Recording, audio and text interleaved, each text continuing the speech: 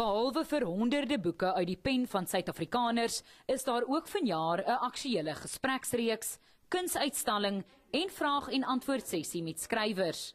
Die Boekoase bied die geleentheid aan die feesgangers om boeke te koop en dan in gesprek te tree met die skrywer van die boek en die skrywer agter die storie te ontdek.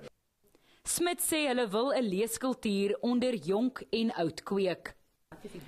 Die doel is om Afrikaans lees te bevorder, liefde vir die taal te bevorder, om mense weer by boeke terug te bring en 'n liefde vir boeke te kweek.